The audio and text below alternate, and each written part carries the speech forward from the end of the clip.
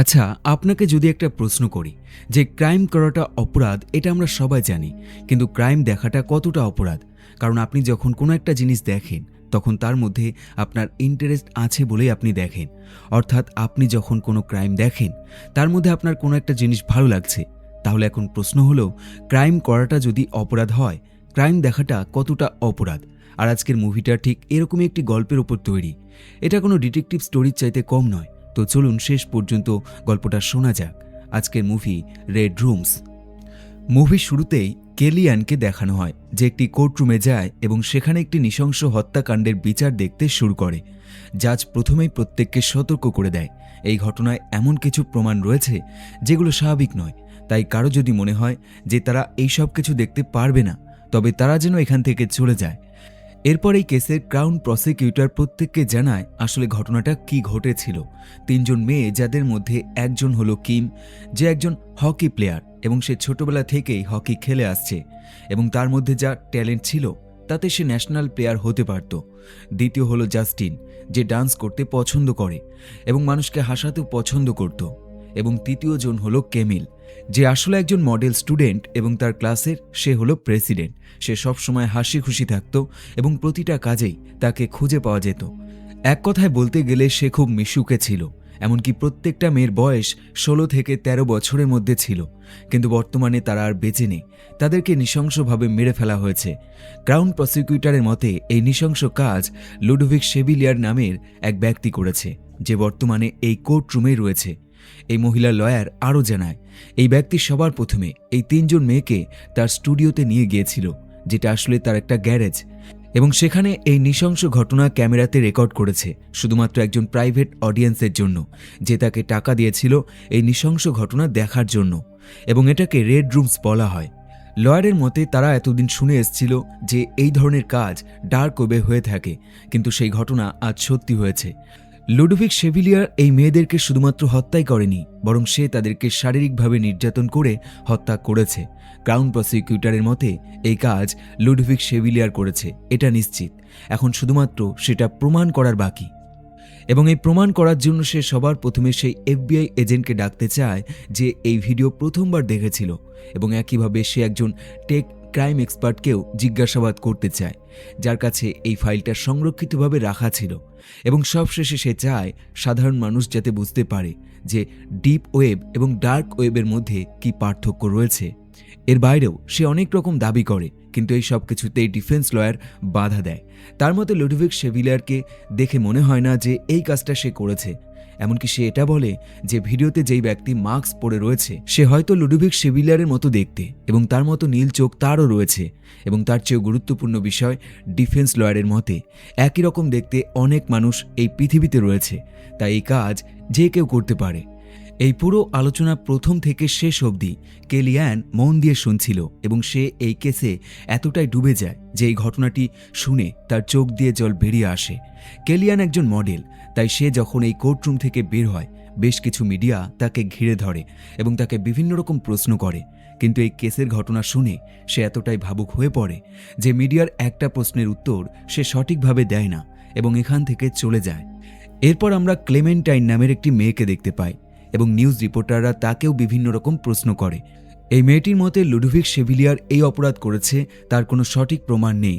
তারা যে ভিডিও জোগাড় করেছে তার মধ্যে মানুষটি মাস্ক পরে রয়েছে, এবং এর বাইরেও এই ভিডিও কালেক্ট করার জন্য তারা যে হ্যাকিং পদ্ধতি ব্যবহার করেছে সেটাও সম্পূর্ণ বেআইনি।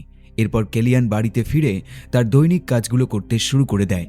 সে অনলাইনে পোকারের মতো ইন্টারনেট সম্পর্কিত কাজ করে, এবং এই সব কাজে তাকে হেল্প করে তার AI অ্যাসিস্ট্যান্ট।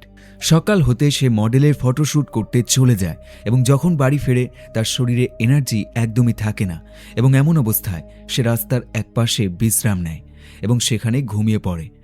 তার ঘুম ভাঙে ক্লেমেন্টাইন নামের সে মেয়েটির ডাকে। এরা দুজনেই সম্পূর্ণ ভিন্ন পার্সোনালিটি মানুষ। কেলিয়ান খুব কম কথা বলে, কিন্তু উল্টো দিকে ক্লেমেন্টাইন একটু বেশি কথা বলে। মেয়েটি তাকে জানায় যে সে একটি কফি কিনেছে এবং তার মধ্যে দোকানদার বেশি সুগার দিয়ে দিয়েছে, তাই সে যদি কফিটা পছন্দ করে তবে সে এটা নিতে পারে। আসলে মেয়েটি এখানে শুধুমাত্র কফির জন্য আসেনি, বরং সে কেলিয়ানকে আগের দিন কোর্টরুমে দেখেছিল এবং সে তার সাথে কথা বলতেই এখানে এসছে। পরের দিন কোর্টরুমে সেই 3 জন মেয়ের মধ্যে একজন মেয়ের মা উঠে দাঁড়ায় এবং সেই মহিলা লয়ার তাকে অনেক রকম প্রশ্ন করে। মেয়েটির মা তাদেরকে জানায় যে তার মেয়ে শেষ যখন ছবি তুলেছিল তখন সে স্কুল ড্রেস পরেছিল এবং সেই রেড রুমে খুঁজে পাওয়া রক্তাক্ত ড্রেসগুলো তার মেয়ের স্কুল ড্রেসের সাথে একদম মিলে যাচ্ছে। এরপর কেলিয়ান এবং ক্লেমেন্টাইন আরও একবার তাদের নিজেদের মধ্যে এই কেস নিয়ে আলোচনা করতে শুরু করে দেয়। ক্লেমেন্টাইনের মনে হয় যে জামা কাপড়ে রক্ত বিভিন্ন কারণে লাগতে পারে, যেমন পিরিয়ড হলে এবং হাত পা কেটে গেলেও সেই রক্ত জামা কাপড়ে লাগতে পারে। এবং সে এটাও বলে যে যখন প্রথম পিরিয়ড হয় তখন একটি মেয়ে লজ্জায় সেই রক্ত লাগা জামা কাপড় লুকিয়ে ফেলে, তাই এমনটা হতে পারে সে ইচ্ছে করে এটা লুকিয়ে রেখেছিল।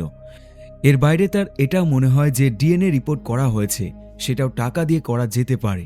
এইসব কথা সে কেলিয়ানকে বলছিল, কিন্তু কেলিয়ান তার কথায় খুব বেশি গুরুত্ব দেয় না। সে তাকে বোঝায় ক্রাউন প্রসিকিউটর অতীতে 4 বার কেস জিতে এসছে, তাই সে যেন তাকে হালকাভাবে না নেয়। এভাবে একটা একটা করে দিন কাটছিল এবং কেলিয়ান প্রতিদিন সেই কোর্টরুমে গিয়ে পুরো ঘটনা মন দিয়ে শুনছিল এবং তারপর সে তার নিজের মতো করে বাড়িতে এসে রিসার্চ করছিল। আর এমনই একদিন সে সেই মেয়ের বাবা মায়ের সম্বন্ধে ইন্টারনেটে সার্চ করে এবং তাদের বলা কথাগুলো মিলিয়ে দেখে। যেমন সেই মহিলা বলেছিল তার মেয়ে যে স্কুলে পড়েছিল সেই স্কুলের ছাত্রীরা পায়ে কালো জুতো পরে এবং সাদা জামার ওপর একটি লাল কার্ডিগেন পরে থাকে, এবং সে ইন্টারনেটে সার্চ করে বুঝতে পারে তাদের বলা কথা একদম সঠিক। এর বাইরেও সে সেই সব ভিডিওগুলো দেখে যেদিন প্রথমবার পুলিশ সেই মেয়েগুলোর মৃতদেহ খুঁজে পেয়েছিল। সেই ভিডিও দেখে জানতে পারে পুলিশ মোট 8 মাস তদন্ত করার পর এদের মৃতদেহ খুঁজে পেয়েছে। এবং সবচেয়ে ইন্টারেস্টিং ব্যাপার, এই মৃতদেহ লুডোভিক শেভিলিয়ারের বাড়ির পাশে খুঁজে পাওয়া গেছে। এরপর সে সেই ভিডিওতে একটি বাড়ি দেখে যেখানে একটি নাম্বার দেখতে পায়। সে নাম্বারটা গুগল ম্যাপে সার্চ করে এবং তারপর সে বাড়ির ছবিও ভালোভাবে দেখতে পায়।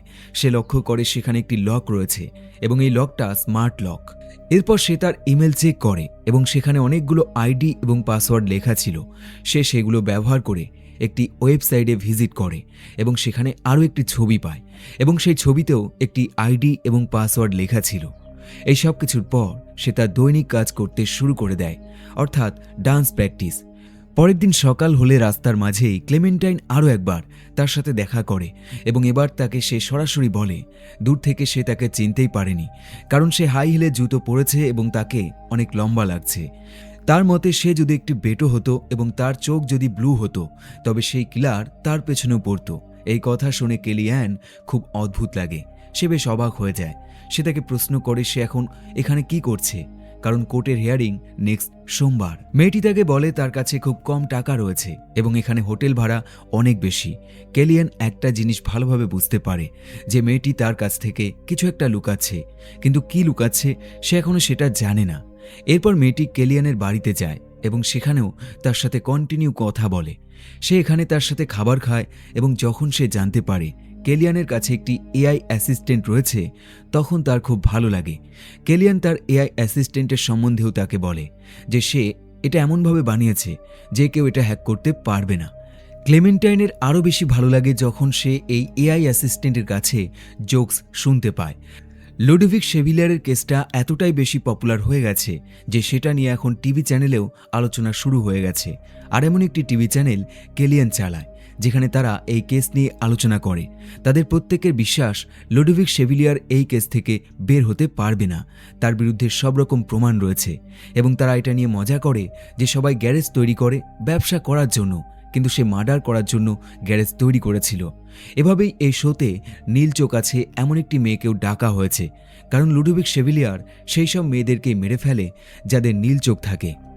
এই সব কিছু ক্লেমেন্টাইন মন দিয়ে শুনছিল, কিন্তু হঠাৎই সে সেই শোতে ফোন করে এবং তার বক্তব্য তাদেরকে জানায়। সে বলে তারা এভাবে ডিসাইড করতে পারে না যে লুডোভিক শেভিলিয়ার এই মার্ডারগুলো করেছে, কারণ তার মতে কেসে এখনও অনেক বাকি আছে এবং সবশেষে এটাই দেখা যাবে যে সে এটা করেনি। এমনকি সে এই পর্যন্ত থামে না, সে এটাও বলে সেই সব ফটো যেগুলো খুঁজে পাওয়া গেছে সেগুলো ফটোশপে এডিট করেও বানানো সম্ভব। তার বলা একটা কথাও এই শোতে থাকা জাজরা কোনো রকম গুরুত্ব দেয় না এবং তারা তাকে পরামর্শ দেয় সে যেন কোনো থেরাপিস্টের পরামর্শ নেয়। এমন কথা শোনার পর মেয়েটি কাঁদতে শুরু করে দেয়। সে কেলিয়ানকে বোঝায় সে পাগল নয়, এমনকি মানুষের চোখ কখনো মিথ্যে বলে না। কেলিয়ান সকাল হতেই তাকে নিয়ে ব্যাডমিন্টন খেলতে শুরু করে দেয়, কারণ সে বুঝতে পারে তার মনটা ভালো নেই। এরপর প্রতিদিনই কেলিয়ান তার সাথে গল্প করতে শুরু করে। একদিন এমন আসে যে কোর্টের সেই ভিডিওটা দেখানো হবে, যেই ভিডিওটা FBI অফিসাররা খুঁজে পেয়েছিল এবং এটাই এই কেসের মেন প্রমাণ। এই ভিডিওতে আছে কিভাবে লুডোভিক সেভিলিয়ার সেই মেয়েগুলোকে শারীরিকভাবে নির্যাতন করে মার্ডার করেছিল এবং এখন হিয়ারিং শুরুতেই সেই মহিলা লয়ার তাদেরকে জানিয়ে দেয় যে এই কোর্টরুমে শুধুমাত্র তারাই থাকতে পারবে যারা এই মেয়েদের প্যারেন্টস হয় এবং বাকিরা এখানে থাকতে পারবে না, যার ফলে কেলিয়ান এবং ক্লেমেন্টাইন দুজনকেই কোর্টরুম থেকে বেরিয়ে যেতে হয়। কিন্তু তারা বেরিয়ে গেলেও ক্লেমেন্টাইন এই ভিডিওর আওয়াজ লুকিয়ে লুকিয়ে শোনার চেষ্টা করে এবং এমন অবস্থায় কেলিয়ান তাকে বোঝায় তাদেরকে এখনই যাওয়া উচিত, কারণ সেই ভিডিওতে কোনো আওয়াজ নেই। মেয়েটি প্রথমবার বুঝতে পারে কেলিয়ানের কাছে সেই ভিডিও নিশ্চয়ই রয়েছে, নয়তো সে কিভাবে জানল। সে তাকে প্রশ্ন করে এবং অবশেষে কেলিয়ান তাকে জানায় যে সে এই দুটো ভিডিও আগেই দেখেছে। ক্লেমেন্টাইন এই ভিডিও দেখার জন্য খুবই আগ্রহী হয়ে ওঠে। কেলিয়ান তাকে বোঝায় এই সব কিছু তার জন্য নয়, কিন্তু মেয়েটি তার কথায় মোটেও শান্ত হয় না এবং অবশেষে কেলিয়ান তাকে তার বাড়িতে নিয়ে আসে এবং কম্পিউটারে সেই ভিডিও প্লে করে। আসলে এই ভিডিও সেদিন ইমেল থেকে নেওয়া পাসওয়ার্ড এবং আইডি ব্যবহার করে ডার্ক ওয়েব থেকে কেলিয়ান এই ভিডিও সংগ্রহ করেছে এবং এখন বর্তমানে সেই ভিডিও তার পেন ড্রাইভে রয়েছে। সে সেটা প্লে করে এবং এই দুটো মেয়ে সেই ভিডিও দেখে এবং ভিডিওর শেষে তারা সেই মুখোশ পরা মানুষটির চোখ দুটো দেখতে পায়। এই চোখ দুটো পুরো লুডোভিক সেভিলিয়ারের মতো, কিন্তু যেহেতু মুখে মাস্ক লাগানো রয়েছে তাই এটাই যে লুডোভিক সেভিলিয়ার সেটা এখান থেকে প্রমাণ হয় না। পরের দিন কোর্টরুমে ক্রাউন প্রসিকিউটরের কথা মতো এক ব্যক্তি আসে যে ডার্ক ওয়েবটাকে ভালোভাবে বিশ্লেষণ করে। সে তাদেরকে বোঝায় টর্ন নেটওয়ার্কের ফুল ফর্ম হলো দ্য অনিয়ন রাউটার এবং এই নেটওয়ার্কটা অনেক নেটওয়ার্ক একসাথে মিলে তৈরি করা হয়েছে এবং এটা সেই সব মানুষদের জন্য তৈরি করা হয়েছে যারা অনলাইনে নিজের আইডেন্টিটি প্রকাশ করতে চায় না। অর্থাৎ এই নেটওয়ার্কে কেউ যদি প্রবেশ করে তবে তার সম্বন্ধে কেউ সহজে জানতে পারবে না এবং এমন এমন ওয়েবসাইট রয়েছে যেই ওয়েবসাইটগুলো শুধুমাত্র অ্যাক্সেস করার জন্য এই টর্ন নেটওয়ার্কের প্রয়োজন এবং সেই ওয়েবসাইটের একটি বিশেষত্ব হলো তার শেষে .onion থাকবে এবং এই ওয়েবসাইটগুলোই ডার্ক ওয়েবের একটি অংশ এবং এখানে ইল্লিগাল কাজ হয় এবং এটাই কারণ এই নেটওয়ার্ককে এমনভাবে তৈরি করা হয়েছে যাতে ইউজারের আইডেন্টিটি প্রকাশ না পায়, কারণ এখানে হ্যাকার, জার্নালিস্ট এদের একটি বড় টিম এই নেটওয়ার্ক ব্যবহার করে নিজেদের আইডেন্টিটি লুকিয়ে নিজেদের কাজের উদ্দেশ্যে রিসার্চ করে থাকে। যেমন কোনো মার্ডার কেসের প্রমাণ, যেমন সেটা ভিডিও হতে পারে, অন্য কোনো কিছু হতে পারে, সেই সব সংগ্রহ করার জন্য এই নেটওয়ার্ক ব্যবহার করে থাকে এবং এই ভিডিওটাও FBI অফিসার এই টর্ন নেটওয়ার্ক ব্যবহার করেই সংগ্রহ করেছে। কিন্তু এই সুযোগটাই সাধারণ মানুষ খারাপ দিকে নেয়। তারা টাকার সাহায্যে এই নেটওয়ার্কে ঢুকে এই ইল্লিগাল কাজগুলো অ্যাক্সেস করে। বাড়ি ফিরে কেলিয়ান আরও একবার সেই ডার্ক ওয়েবে ঢোকে এবং সেই ব্যক্তির সাথে কথা বলে যেই ব্যক্তি তাকে আইডি পাসওয়ার্ড দিয়েছিল।